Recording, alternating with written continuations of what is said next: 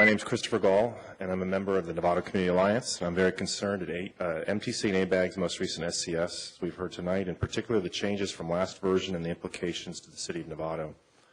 A new set of projections is being presented in parallel with a second round of One Bay Area workshops.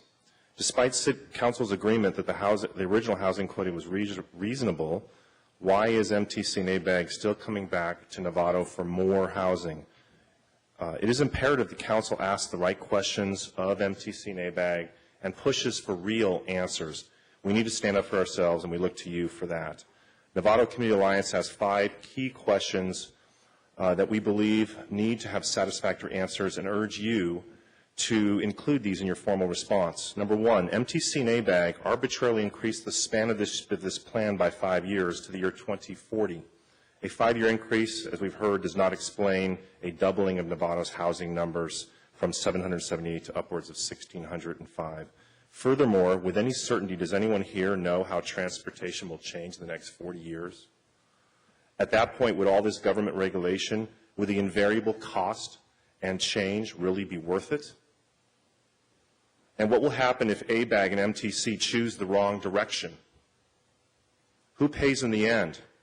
Unelected regional officials? Won't. We will. Where will all these jobs come from? Can Novato's present number of commercially zoned acres support this type of employment growth? If Novato cannot support up to 6,800 new jobs, then won't we be contributing more to what we are trying to avoid, as these drivers will end up driving to jobs outside of Novato?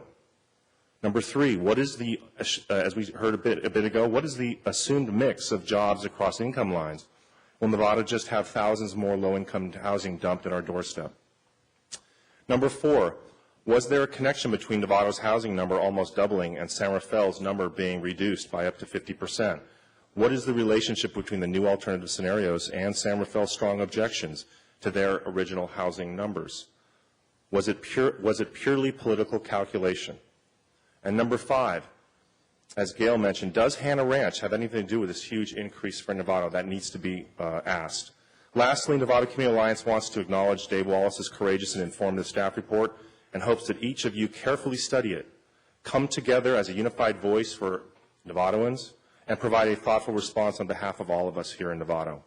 We hope that it will focus on trying to get to the truth behind the significantly impactful changes affecting the city of Novato.